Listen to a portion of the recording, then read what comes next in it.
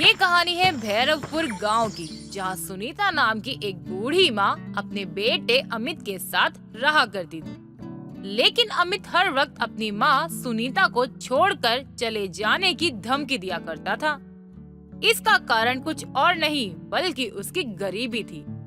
लेकिन सुनीता अपने इकलौते बेटे को अपनी जान से भी ज्यादा प्यार करती थी। ऐसे ही एक दिन सुनीता अपने कमरे में लेटी थी। तभी वहाँ पर अमित आता है और अपनी माँ को आराम करता देख कहता है, माँ, आज मुझे कुछ पैसों की जरूरत है। वो क्या है ना, कुछ दिनों बाद मेरा जन्मदिन आने वाला है, तो दोस्तों ने पार्टी मांगी है। बेटा, आज पैसे तो थे मेरे पास, लेकिन उन पैसों की मैंने दवा मंगवा ली। अरे माँ, आपके पास तो कभी पैसे नहीं होते मेरे लिए। अरे हर वक्त सिर्फ अपने लिए सोचती हो आप। इतनी दवा खाती रहती हो, क्यों उसमें पैसा बर्बाद करती हो? आपको पता भी है, ज्यादा दवाई खाने से ना एक तो पैसा बर्बाद होता है, ऊपर से शरीर बर्बाद होता है। अरे इंसान को आदत हो जाती है इसकी। लेकिन बेटा, तुझे तो पता है कि मेरी किडनी खराब है। अगर दवा नहीं ली तो मैं मर जाऊंगी, और अगर मैं मर गई तो तेरा ख्याल कौन रखेगा बेटा? अरे माँ प्लीज यार, एक तो मैं आपको समझा रहा हूँ, ऊपर से आप मुझसे ऊट पटांग बातें कर रही हो। अरे माँ, ये सब मत बोला करो, मुझे अच्छा नहीं लगता है। और वैसे भी अब मैं बड़ा हो चुका हूँ, मैं खुद का ध्यान रख सकता हूँ। मुझे किसी की जरूरत नहीं है अब। पूरे दिन खाट पे पड़ी रहती हो और पता नहीं क्या क्या सोचती रहती हो। और हाँ, आगे से मुझसे ऐसी बात मत करना, मुझे अच्छा नहीं लगता है। इतना बोलकर अमित घर से चला जाता है। बेचारी सुनीता अपने बेटे के इस व्यवहार से थोड़ा भी गुस्सा नहीं होती और ना ही उसकी बातों का बुरा मानती है, बल्कि वह खुद से ये कहती है, आजकल के बच्चे भी ना जाने कितना गुस्सा करते हैं, लेकिन उतना ही अपनी माँ से प्यार भी करते हैं। एक तो इन्हें प्यार जताना भी तो नहीं आता। धीरे धीरे समय बीत रहा था, लेकिन अमित का बर्ताव अपनी माँ के लिए जरा भी बदलता नहीं है। ऐसे ही एक दिन अमित अपने घर में बैठकर अपने फोन में कुछ कर रहा था। तभी उसका एक दोस्त शहर से आता है और उसके पास आकर उसे गले लगाते हुए कहता है, अरे मेरे भाई अमित, पहचाना मुझे? मैं चंदू, बोले तो चंदन, याद आया कुछ? चंदन को देख अमित खुशी के मारे फूला नहीं समाता और वो खुशी से उससे कहता है, अरे चंदन मेरे भाई, तू कब आया? अरे भाई, तू तो बहुत बदल गया है। शहर की हवा लग गई तुझे। सूट बूट, काला चश्मा, जच रहा है तेरे ऊपर। मैंने तो सोचा कोई बहुत बड़े साहब आए हैं, लेकिन तू तो चंदू निकला। हाँ, बदलते समय के लिए पैसे कमाने पड़ते हैं, और पैसे कमाने के लिए बाहर जाना पड़ता है। लेकिन तेरे बस की तो यह सब नहीं है। अगर तुझे भी मेरे जैसा अच्छा दिखना है या मेरी तरह पैसे कमाने हैं तो चल मेरे साथ शहर। वहीं रहियो, कमाइयो और काकी को समय समय पर पैसे भेज दिया करियो उनके इलाज के लिए। शहर जाकर तेरी भी किस्मत बदल जाएगी। अरे भाई, कैसी बात कर रहा है? माँ बीमार है, और अगर मैं माँ को छोड़कर गया तो गांव वाले क्या कहेंगे? बीमार माँ को छोड़कर भाग गया बेटा। अरे मेरा मन तो बहुत है बाहर जाने का, कि मैं शहर जाऊं, कमाऊं, लेकिन क्या करूं भाई, माँ के लिए मजबूर हूँ। अकेला छोड़ भी नहीं सकता, उम्र हो चुकी है उनकी। देख अमित, तेरी माँ बीमार रहती है, इसलिए ही मैं तुझे शहर लेकर जा रहा हूँ। वैसे भी पहले मेरी माँ भी बीमार थी, लेकिन फिर मैं भी अपने परिवार वालों के लिए बाहर गया और कमाना शुरू किया। बाहर जाने के बाद मेरी किस्मत भी बदल गई, और अब मैं चाहता हूँ कि तेरी भी किस्मत बदल जाए, ताकि तू अपनी माँ का इलाज करवा सके। और अगर तू गाँव वालों की सोचता रहेगा ना, तो कभी भी आगे नहीं बढ़ पाएगा और हमेशा इस गरीबी में ही रह जाएगा तू। मेरा काम तो ये समझाना था, बाकी तेरी मर्जी है। चंदन इतना कहकर वहाँ से चला जाता है। लेकिन चंदन की बातें अमित के जहन में जैसे बैठ ही जाती हैं और वह रात भर चंदन की कही हुई बातों को बहुत सोचता है। कुछ देर बाद जब अमित की माँ सुनीता उसके लिए खाना लाती है,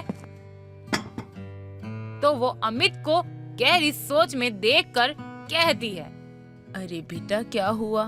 तू इतना परेशान क्यों है? माँ, मैं कल शहर जाऊंगा और शहर जाके बहुत सारे पैसे कमाऊंगा। तू शहर चला गया तो मेरा क्या होगा? तू जानता है ना, मैं तेरे बिना नहीं रह सकती हूँ। तेरे अलावा मेरा इस दुनिया में है ही कौन? माँ, मुझे पता है आपका मेरे अलावा कोई नहीं है, लेकिन मैं शहर जा रहा हूँ काम करने के लिए। तो प्लीज रोको मत। इस तरह अमित अपनी बात रखकर बाहर की तरफ चला जाता है।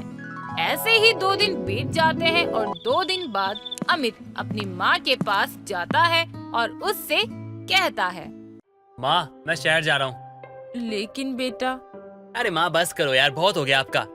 अरे मैं इस गरीबी में रहना नहीं चाहता माँ, इसलिए मैं यहाँ से जा रहा हूँ ताकि मैं वहाँ जाकर गरीबी ना देखूं। शहर में काम करूंगा, पैसे कमाऊंगा, जिंदगी अच्छी होगी। मत रोको माँ प्लीज। लेकिन तेरे बिना मेरे लिए एक दिन भी काटना नामुमकिन है बेटा।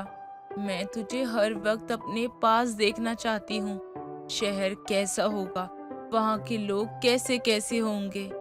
अरे माँ बस करो यार, इतना ड्रामा ना मत किया करो। अरे बहुत हो गया आपका। अब मैंने कह दिया मैं जा रहा हूँ मतलब जा रहा हूँ, और शहर जाके बात तो किया करूंगा ना आपसे। अरे बेटा अमित, मेरी बात तो सुनता जा। अमित अपनी माँ की एक नहीं सुनता और चंदन के साथ शहर के लिए रवाना हो जाता है। इधर बेचारी सुनीता अपने बेटे अमित के लिए परेशान हो रही होती है।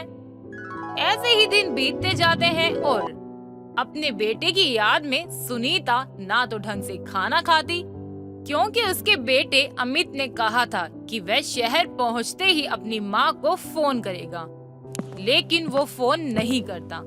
ऐसे ही समय गुजरता है और देखते ही देखते 1 महीना भी आ जाता है, लेकिन अमित अपनी माँ को फोन तो क्या, महीनों तक अपनी माँ को पैसे तक नहीं देता। ऐसे ही फिर एक दिन, अरे वाह भाई वाह, शहर आकर ऐसा लग रहा है जन्नत में आ गया। उस घटिया से गांव में था ही क्या। वैसे चंदन भाई, सही में यार तूने मेरी किस्मत बदल दी। अगर तू मुझे मिला नहीं होता, मुझे बताया नहीं होता कि शहर इतना अच्छा होता है, तो मैं शहर आता ही नहीं, वही अपनी माँ के पास पड़ा रहता। सो तो है। अच्छा इन सबको छोड़ और ये बता कि तू सुनीता काकी को महीने के बाद पैसे भेजता भी है या नहीं, और तू उनसे समय समय पर बात करता है ना, क्योंकि तुझे भी पता है कि उनके पास तेरे अलावा और कोई नहीं है। अरे माँ का क्या है, खेतों से पैसे आ जाते हैं तो उनका गुजारा चल जाता है। और तो सोचता तो हूँ कि मैं माँ से बात करूँ, लेकिन काम ही इतना होता है कि समय ही नहीं मिल पाता। देख अमित, मैंने तुझे यहाँ आने को कहा था, लेकिन मैंने तुझे ये नहीं कहा था कि तू काकी को भूल जाना। काकी को कॉल करके उनके हाल समाचार लेता रहे, वैसे भी वो बीमार रहती हैं। चंदन की बात सुनकर अमित उसकी बात का कोई भी जवाब नहीं देता और अपने कमरे में चला जाता है। जहां अमित अपनी लाइफ में बहुत एंजॉय कर रहा होता है, वहीं उसकी माँ बेचारी सुनीता अपने बेटे की आस लगाए बैठी रहती है और ऐसे ही वो बैठे बैठे उसकी आस में बहुत बीमार हो जाती है। ऐसे ही समय बीतता है और समय के साथ सुनीता अपने बेटे की याद में खाना पीना भी छोड़ देती है और देखते ही देखते वो अपना दम भी तोड़ देती है। लेकिन इस बात से अनजान अमित अपनी जिंदगी के पूरे मजे ले रहा था।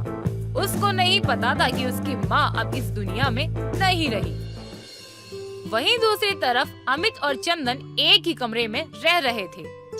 एक रोज अमित नहा रहा था, तभी वह अपने दोस्त चंदन को टॉवल देने के लिए आवाज लगाता है और कुछ देर बाद उसे टॉवल भी मिल जाता है।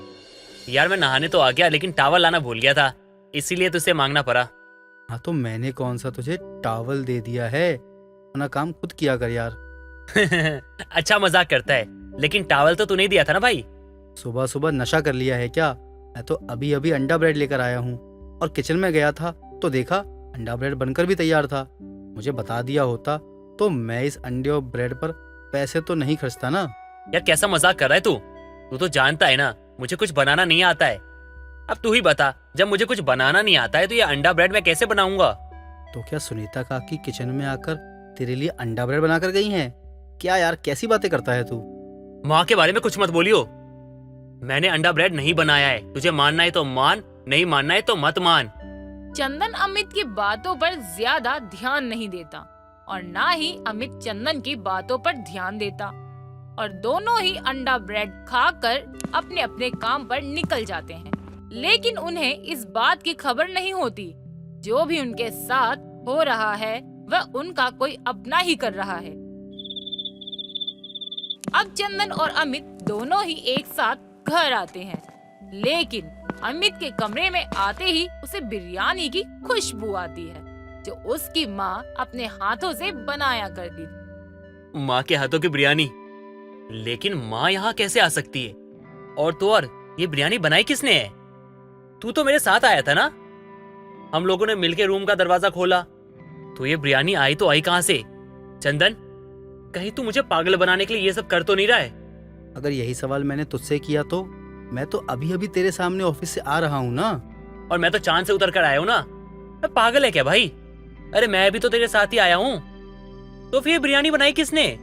वो भी इतना गर्म है, ऐसा लग रहा है किसी ने अभी अभी बनाई हो। तुझे मस्का मारने की आदत हो गई है।